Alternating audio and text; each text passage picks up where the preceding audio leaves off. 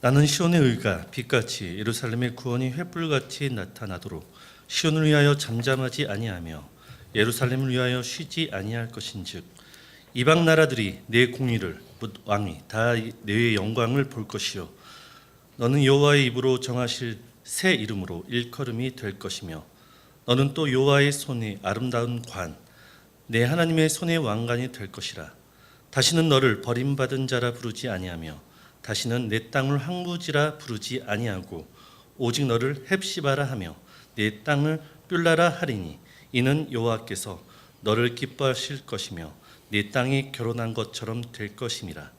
마치 청년이 처녀와 결혼함 같이 내 아들들이 너를 취하겠고 신랑이 신부를 기뻐함 같이 네 하나님이 너를 기뻐하시리라. 아멘. 사흘째 되던 날 갈릴리 가나에 혼례가 있어 예수의 어머니도 거기 계시고 예수와 그 제자들도 혼례의 청함을 받았더니 포도주가 떨어진지라. 예수의 어머니가 예수에게 이르되 저들에게 포도주가 없다 하니 예수께서 이르시되 여자여 나와 무슨 상관이 있나이까 내 때가 아직 이르지 아니하였나이다. 그의 어머니가 하인들에게 이르되 너희에게 무슨 말씀을 하시든지 그대로 하라 하니라. 거기에 유대인의 정결 예식을 따라 두세 통 드는 돌 항아리 6이 놓였는지라. 예수께서 그들에게 이르시되 항아리에 물을 채우라 하신즉 아기까지 채우니 이제는 떠서 연회장에게 갖다 주라 하시매 갖다 주었더니 연회장은 물로 된 포도주를 맛보고도 어디서 났는지 알지 못하되 물도온 하인들은 알더라. 연회장이 신랑을 불러 말하되 사람마다 먼저 좋은 포도주를 내고 취한 후에 낮은 것을 내거늘 그대는 지금까지 좋은 포도주를 두었도다 하니라. 예수께서 이 첫 표적을 갈릴리 가나에서 행하여 그의 영광을 나타나시매 제자들이 그를 믿으니라.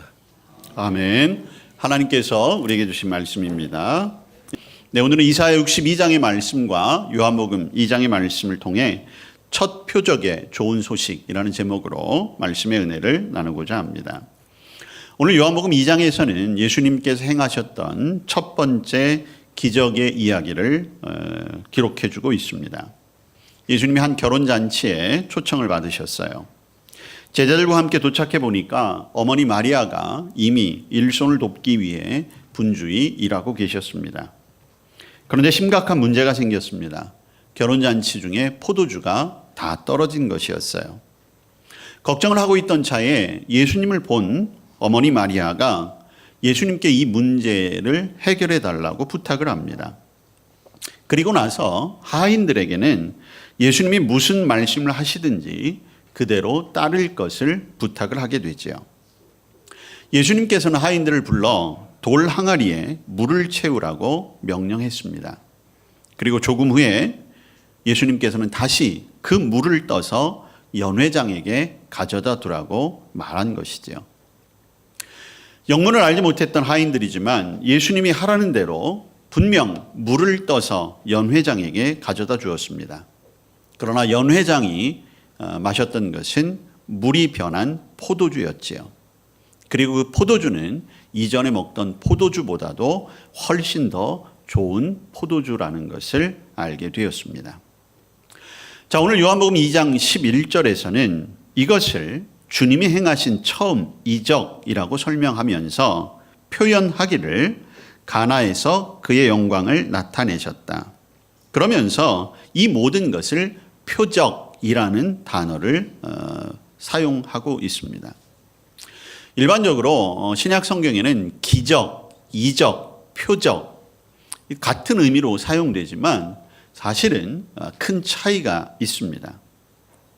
이적이나 기적을 말할 때는 원어 헬라어지요. 두나미스라는 단어를 쓰게 됩니다. 이 두나미스에서 나중에 다이나마이트라고 하는 단어가 나온 그런 어원을 가지고 있어요. 초자연적이고 어떤 강력한 능력, 이런 것이 바로 기적, 이적이라는 것이죠. 그런데 오늘 사도 요한이 쓴 이 요한복음에서의 이 표적이라고 하는 것은 분명 초자연적인 것이긴 하지만 두나미스라는 단어가 아니라 헬라어로 세메이어라고 하는 단어를 쓰고 있습니다. 이 말은 다른 말로 이야기하면 사인이라는 뜻이에요. 표징, 예표라는 뜻이 되는 것이지요. 자, 그러니까 오늘 예수님께서 행하신 이 기적은 단순히 초자연적이고 신비한 그런 능력만을 나타내는 것이 아니라 그 안에 사인이 담겨 있다는 거예요. 메시지가 있다는 것입니다. 좋은 소식이 담겨 있다는 거예요. 그리고 이것을 보고 그저 야, 물이 포도주로 변했구나 라고 감격하고 놀라움에 그치는 것이 아니라 이 표적을 통해 우리에게 말씀하시려는 주님의 뜻을 깨달아야 한다는 것입니다. 비단 이 표적뿐만이 아니라 예수님께서 공생의 기간 동안 행하신 모든 기적에는 하나님의 뜻이 있어요. 주님의 말씀이 다 담겨 있습니다. 우리는 그 사건들을 보며 흥분하고 감격하고 놀라움에서만 머무는 것이 아니라 그 기적과 표적들을 살펴보므로 그 안에 있는 좋은 소식을 듣고 그리고 전해야 하는 그런 사명이 우리에게 있는 것이지요. 오늘 이 가나의 혼인잔치, 물이 포도주가 변한 것, 여기에 중심 메시지는 바로 변했다라고 하는 거예요. 변함이라는 것입니다. 자, 첫 번째로는 물이 포도주로 변했어요. 흔하게 보여졌던 것이 가치 있는 것으로 바뀌었다라고 하는 것입니다. 여러분, 당시 유대 사람들은 외출하고 돌아오면 손과 발을 씻었어요. 그렇기 때문에 집 현관 입구나 특히 이런 잔치를 앞두고는 큰 항아리를 두고 물을 채워 넣어서 사람들로 하여금 손발을 씻게 했습니다. 오늘 본문에도 보면 그렇게 사용하기 위해서 항아리 6개가 준비되어 있었다라고 하는 거예요. 여러분, 손과 발을 씻는 물은 가치 있게 여기진 않지요. 필요하기는 하지만 그렇게 가치가 중한 것은 아니었어요. 그런데 예수님께서는 분명 그 항아리에 채웠던 그 물을 귀한 포도주로 바꿔주셨습니다. 물도 결혼잔치에 없어서는 안 될 것이지만 포도주야말로 그 결혼잔치의 중요한 음식이 되는 것이었죠. 이것이 첫 번째 주는 중요한 메시지, 사인이라는 것이죠. 여러분, 예수님께서는 쓸모없는 것들을 요긴하게 여기세요. 가치 없는 것들에 가치를 부여하십니다. 비단 물을 포도주로 바꾸셨던 것뿐만 아니라 예수님 주변에 있던 사람들을 봐서도 우리는 그 예를 너무나 잘 알 수 있지요. 예수님의 제자들 베드로와 같이 어부는 당시에 그저 평범한 사람들이었어요. 그런데 그가 주님을 만나 특별한 사람이 되었지요. 마태와 같은 세리는 비록 자신의 그런 욕심은 챙길 수 있었지만 많은 사람들로부터 손가락질 당했어요. 비난받는 대상이었습니다. 그런데 주님께서 그에게 손을 대시니 그도 주님의 제자가 된 거지요. 바울과 같은 사람은 기독교를 박해하던 사람이었습니다. 그런데 그가 주님을 만난 이후에 가장 위대한 복음의 사도가 된 것이죠. 여러분, 비단 제자들이나 바울만 그럴까요? 저와 여러분의 삶은 어떻습니까? 저와 여러분이 예수님과 무관한 삶을 살았던 그 시대는 그저 평범하고 때로는 그 가치에 별로 영향력을 보이지 못했던 그런 사람일 수 있어요. 나 자신만을 알고 그리고 죄가 무엇인지도 분별하지 못한 채 세상의 유혹에 그저 이리저리 휩쓸려 다니던 그런 사람이었던 거지요. 그런데 어느 날 주님께서 저와 여러분의 삶에 찾아오셨어요. 저와 여러분의 삶에 손을 대시기 시작했습니다. 저와 여러분의 존재가 바뀐 거예요. 변화가 저와 여러분의 삶에 이루어지게 된 것이지요. 우리의 신분만의 변화가 아니라 삶을 바뀌게 하셨습니다. 나만을 위해 살았던 우리의 삶이 이제는 하나님의 나라를 위한 일꾼의 삶이 된 것이에요. 주님의 나라를 위한 아주 요긴한 존재가 된 것입니다. 오늘 그 변화가 저와 여러분에게 은혜로 임한 줄로 믿으시길 바랍니다.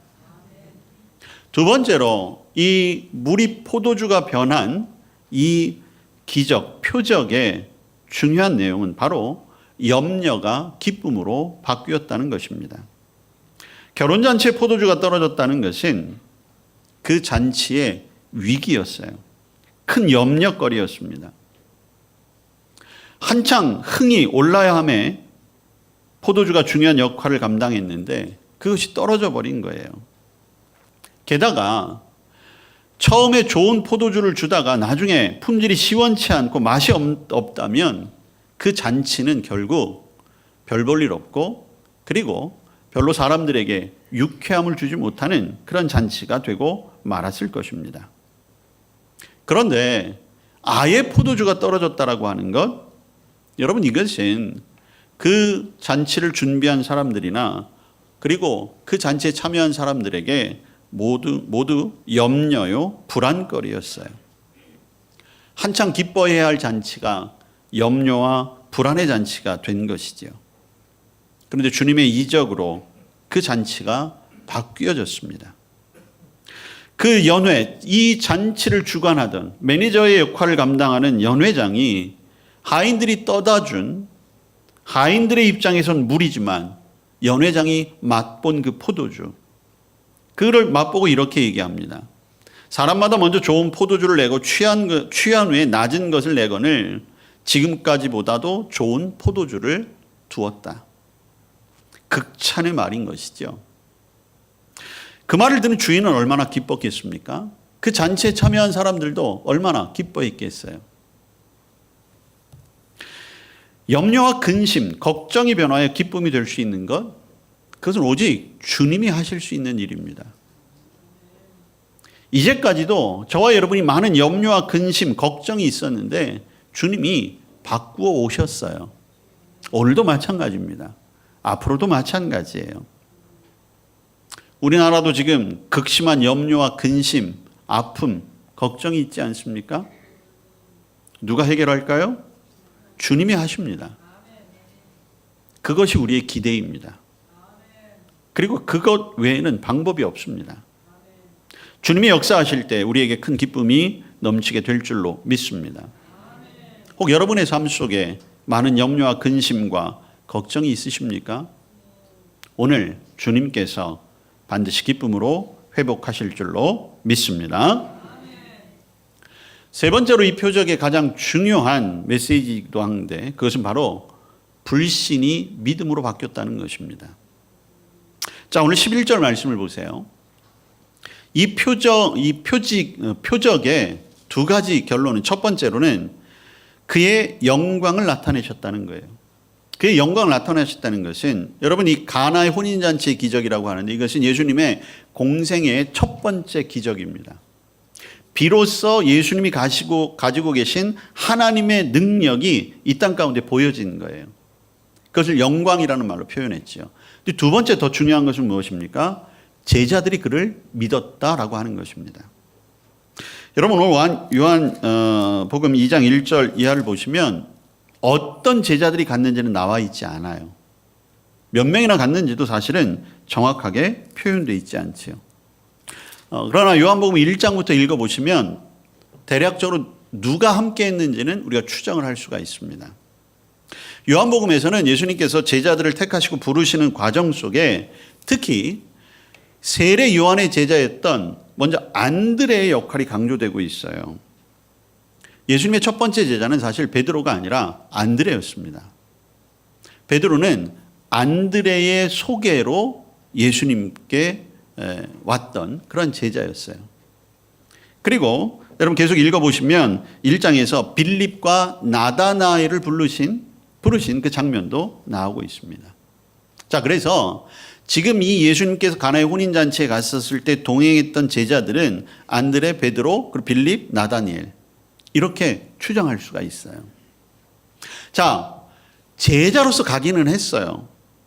무언가 어떤 권위에 이끌려서 분명 그들은 예수님을 따른 것은 분명합니다. 그런데 그들의 믿음이 언제 생겼어요? 바로 이 표적에 의해서 예수님을 믿게 되었다는 것입니다.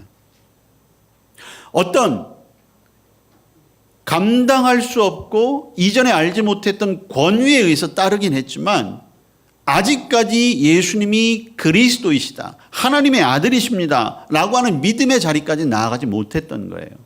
그런데 이 가나의 혼인잔치의 표적이 바로 예수님을 그리스도로 믿게 한 것입니다. 여러분, 오늘 이 변화가 저와 여러분에게도 다시 한번 임하게 될 줄로 믿습니다.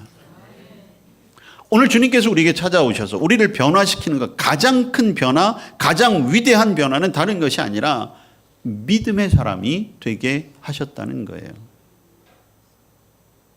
저와 여러분이 어떠한 이유로 교회를 다니고 어떠한 이유로 예배를 드리고 있는지 모르지만 오늘 이 예배를 통해 저와 여러분이 더욱 주님을 믿는 변화로 충만해지시기를 간절히 축복합니다.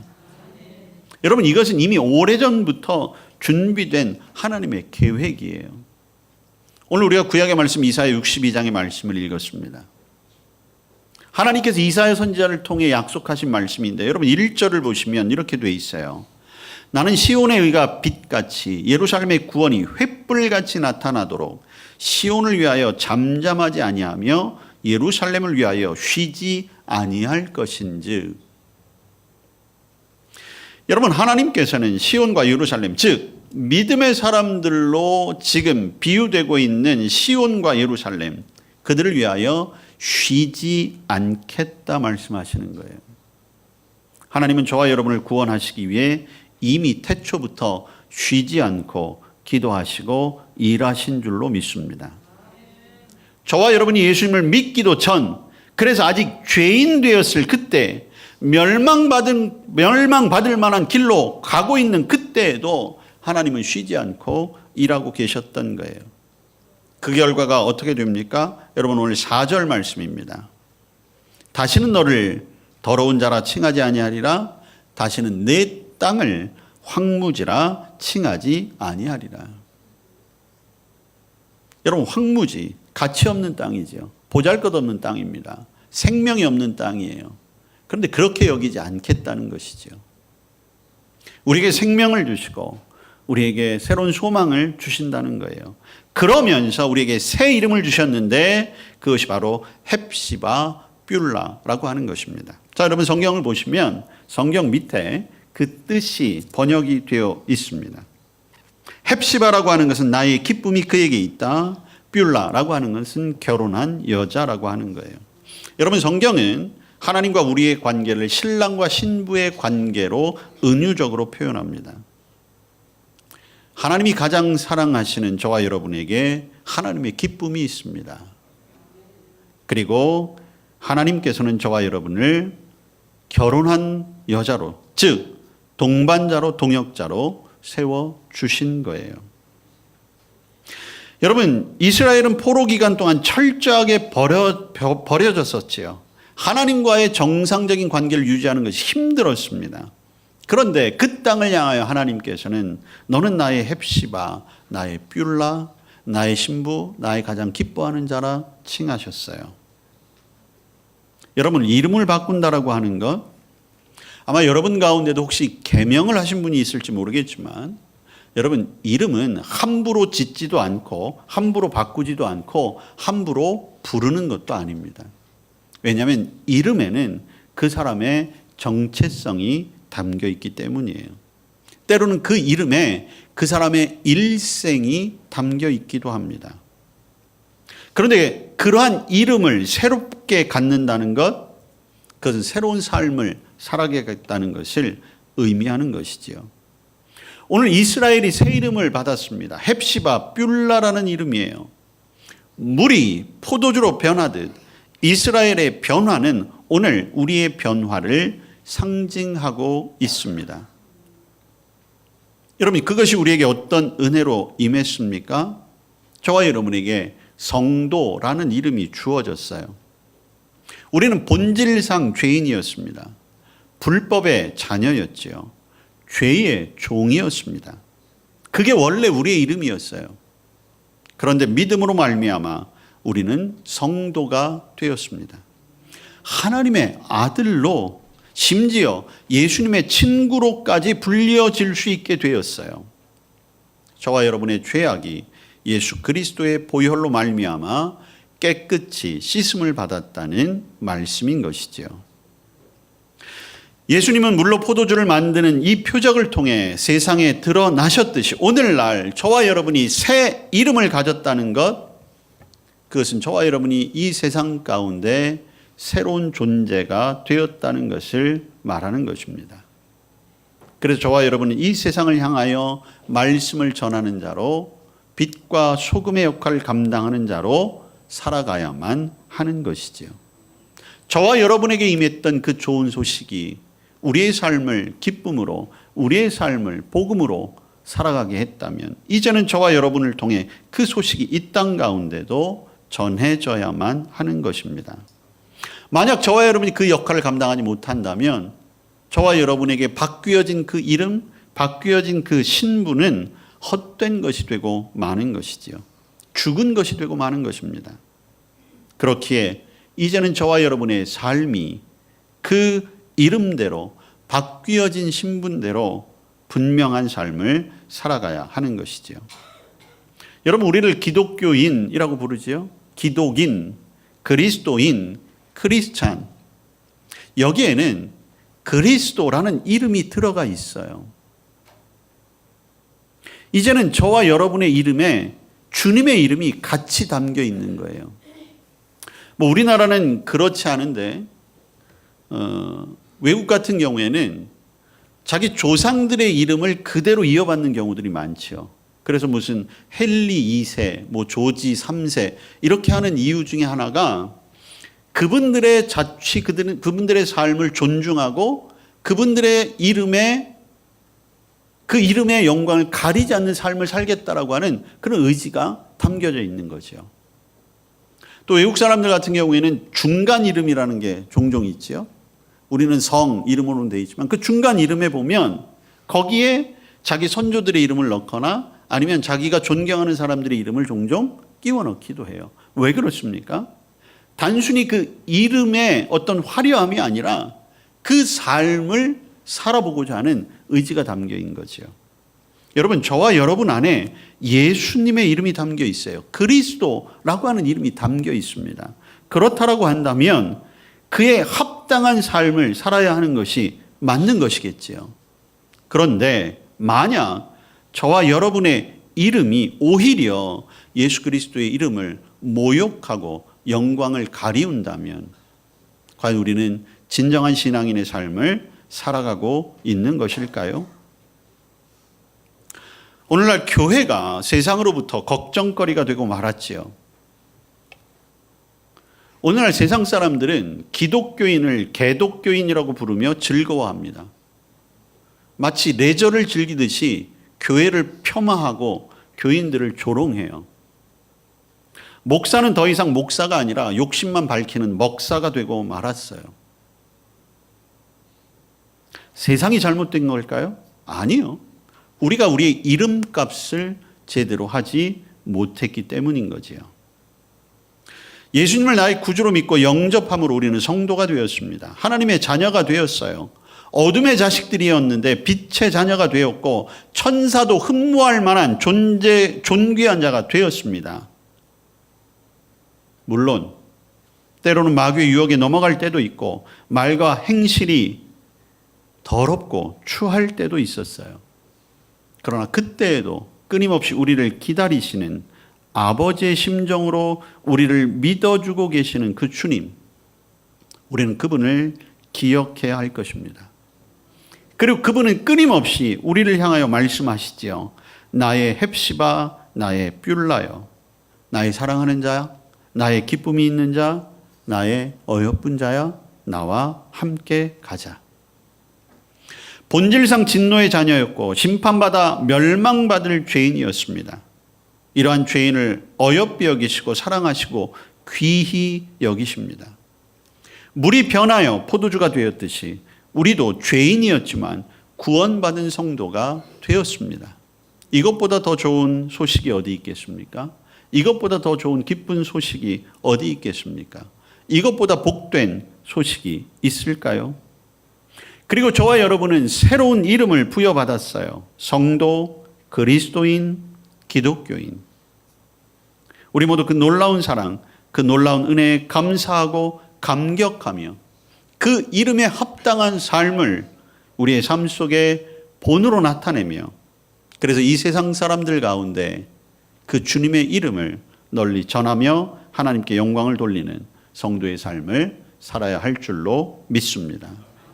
오늘 첫 번째 표적을 통해 우리에게 주신 그 좋은 소식, 그것이 저와 여러분의 삶을 통해 이 땅 가운데 잘 전해질 수 있기를 주님의 이름으로 축복합니다. 아멘.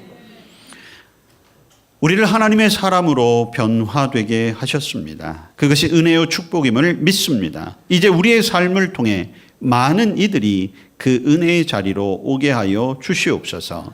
예수님 이름으로 기도합니다. 아멘.